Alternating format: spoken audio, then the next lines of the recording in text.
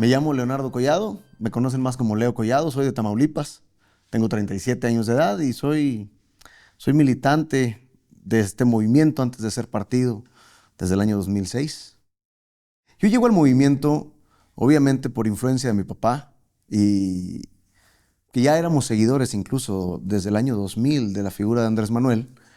Yo era un jovencito, adolescente. En el 2005 me tocó venir a la ciudad de allá de Tamaulipas a estar afuera del palacio de ahí de San Lázaro cuando el desafuero.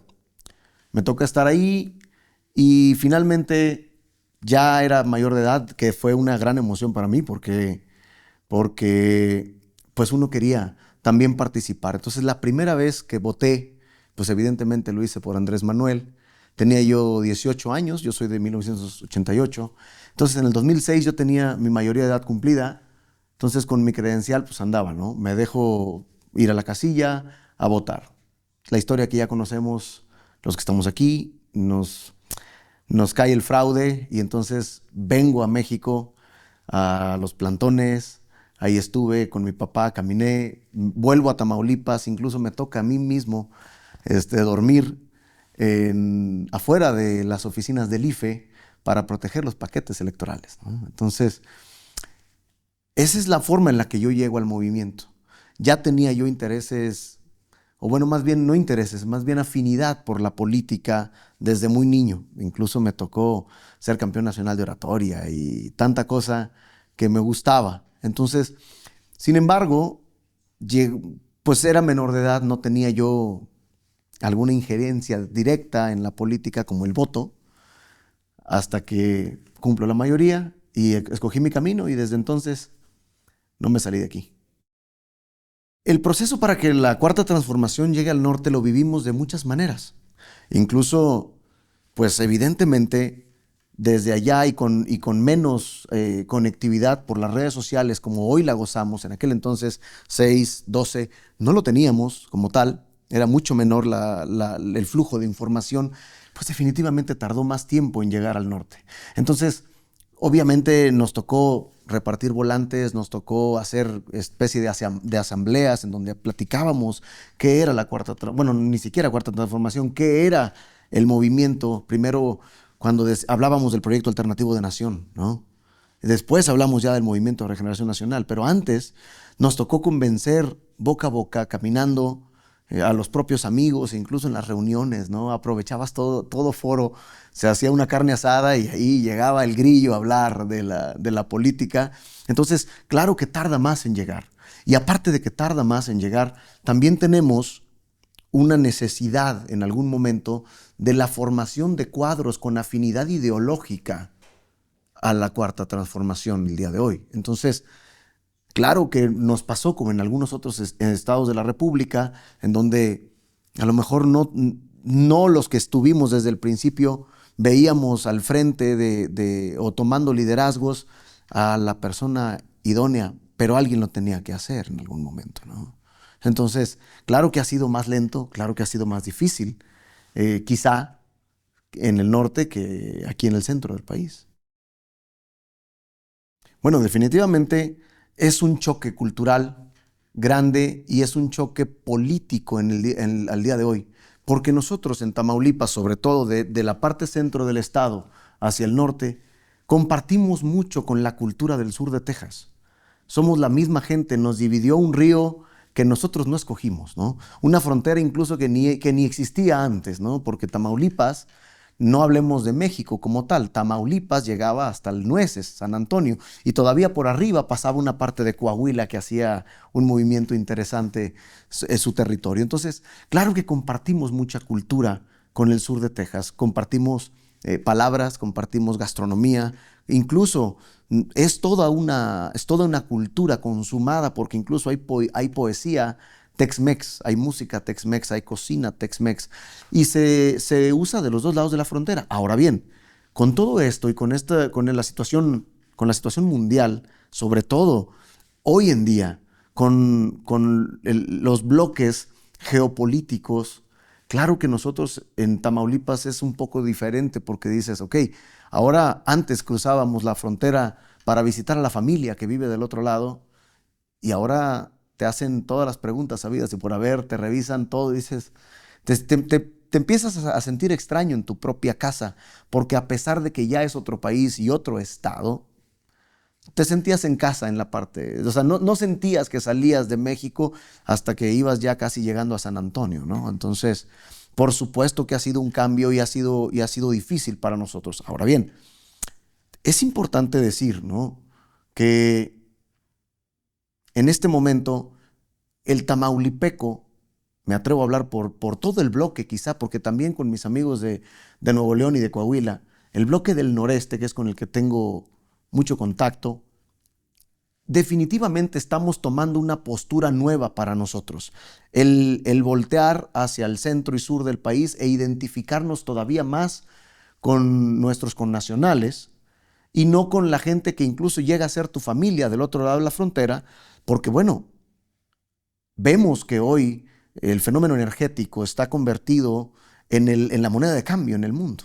Hoy el petróleo es precursor de alianzas, de conflictos, de negocios, y mientras hay obviamente potencias tratando de ganar territorio, la cuarta transformación, la presidenta Sheinbaum, opta por la suficiencia energética. Y no solamente es un fenómeno político, es un fenómeno de soberanía, es un mensaje de soberanía. Entonces, claro que entonces tenemos que decir, bueno, ellos están en esa actividad ahora, pues entonces nosotros también cerramos filas acá. Y entonces se vuelve un poco extraño, sin embargo, es una gran responsabilidad también para nosotros desde el norte del país, porque si bien Tamaulipas, hay que decirlo, es el segundo estado petrolero. Y hay mucho que hacer y hay mucho que decir respecto a la soberanía hoy en día. La geopolítica está más candente que nunca. Y a pesar de que no estamos en 1938, la disyuntiva que nos pone el destino al frente, pues es la misma: dependencia o decisión, ¿no? Entonces, creo que estamos en un momento de responsabilidad en el norte del país. Bueno, definitivamente hay un poco de incertidumbre en qué va a suceder. Ya fueron a Venezuela, están en Irán. ¿Qué pasa si no se logra en Irán? Claro que hay incertidumbre en nosotros, porque vemos también una calca de Medio Oriente en América Latina, en aislar a los países ricos en petróleo, ¿por qué no decirlo también? Aquellos que se vuelven piezas claves en una forma disidente de hacer política a las potencias que impusieron su nuevo orden mundial, sobre todo después de la Segunda Guerra. Entonces, aíslas a uno, te haces alianza con los demás, fortaleces bases, usas cualquier pretexto, en este caso la seguridad, ¿no? Entonces pones bases y ahora tenemos también incluso Ecuador ya cruzando la frontera de Colombia para hacer inserciones militares. Entonces, claro que hay incertidumbre. Así lo vivimos nosotros en Tamaulipas. Definitivamente tenemos que decir que no todo mundo está al tanto de las noticias y viendo que el fenómeno real es el petróleo, porque también hay mucha gente que se compra el discurso de que no, pues vamos por la libertad y echarles un poco de agua bendita, ¿no? pero quienes están al tanto del fenómeno geopolítico y todos los movimientos que se están dando actualmente, definitivamente estamos en un momento de incertidumbre y más porque nuestra frontera sigue abierta, porque a pesar de que hay una posición contrapuesta en ambos gobiernos, pues somos aliados comerciales. Y hay que decirlo, Nuevo Laredo tiene la aduana terrestre más grande del mundo. Y Reynosa es una aduana enorme también. Y Matamoros igual. Entonces nosotros no podemos cerrar nuestra frontera ni decir, no, pues somos diferentes y bye, ¿no? Pues no.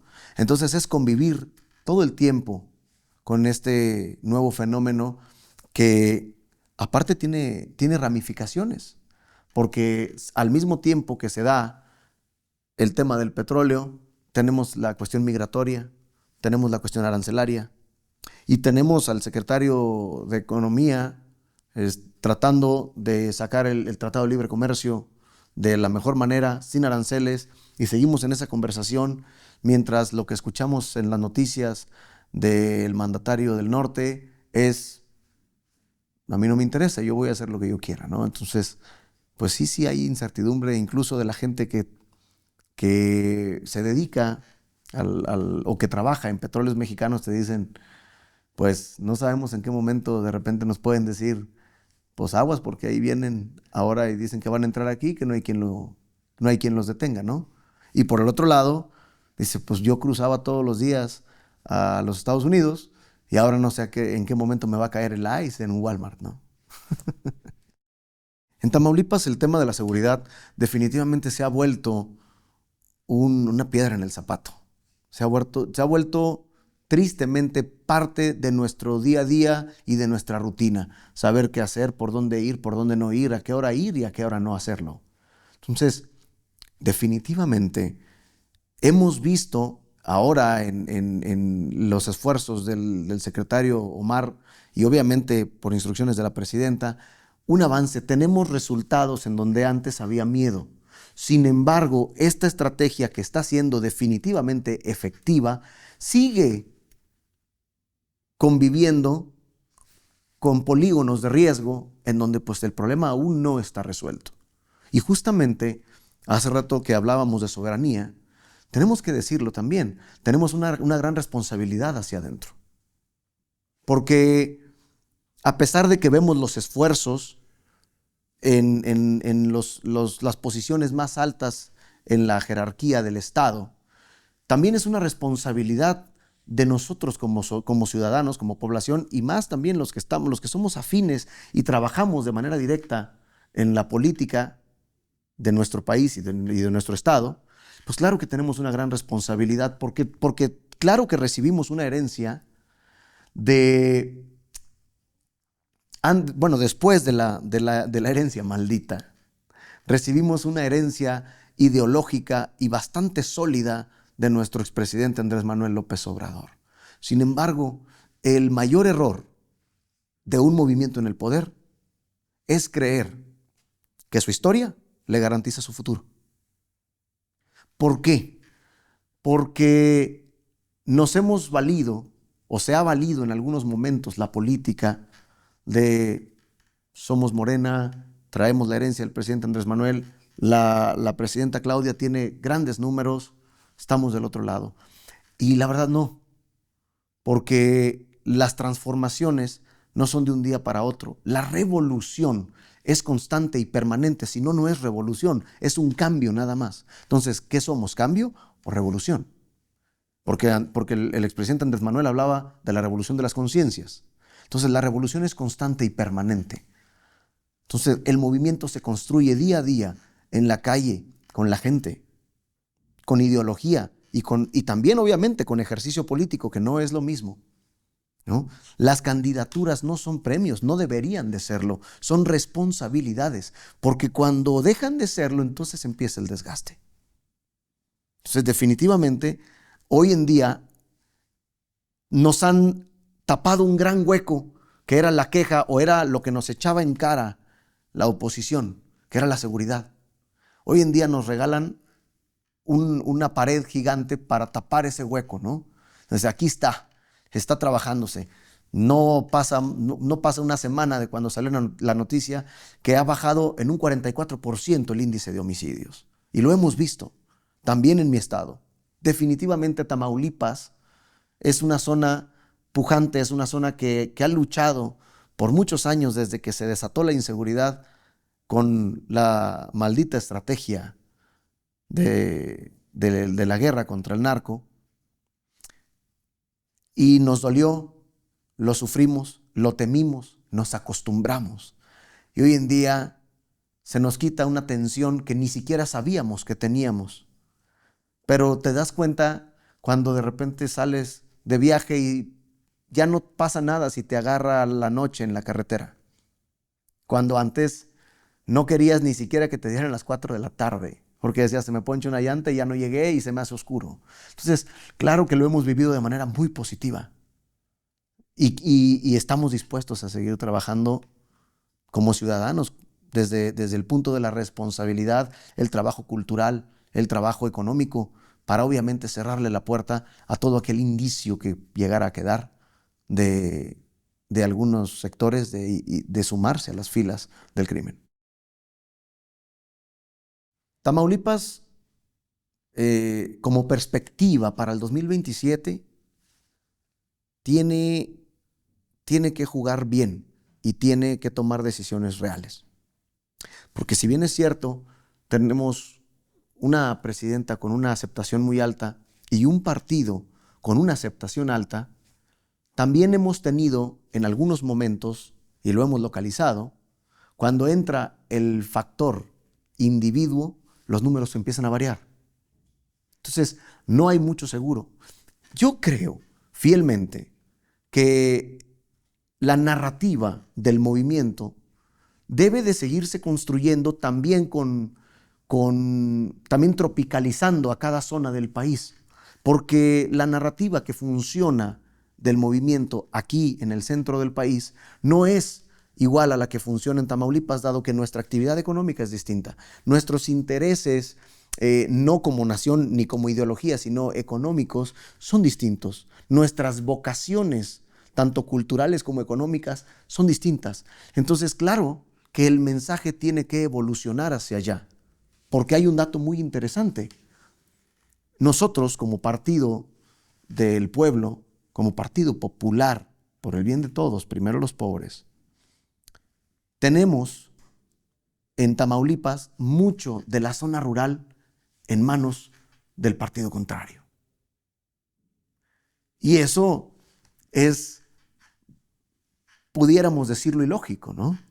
¿Cómo puede ser posible que nuestro partido, que es el partido del pueblo, no el partido de los oligarcas, no tiene la zona rural de su lado y sí lo tienen los oligarcas?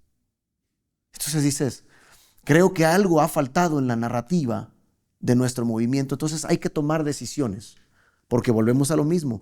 No podemos con candidaturas improvisadas, no debemos de ponderar solamente porque alguien se acercó en algún momento, caminó solamente en campaña. Una cosa es el partido y su ejercicio como ala electoral del movimiento, y otra muy distinta es el movimiento y sus raíces ideológicas, ¿sí? Y la operación política no solamente es caminar en campaña. La operación política y la labor de convencimiento y de afiliación también a nuestro partido es un proceso constante, no solamente cuando inician los procesos electorales. Entonces, también de ahí deben emanar las candidaturas para tener una afinidad real con el movimiento y poder llegar a esos rincones de las zonas rurales o de los sectores maquiladores, obreros, en donde en varios de ellos, están en manos de la oposición.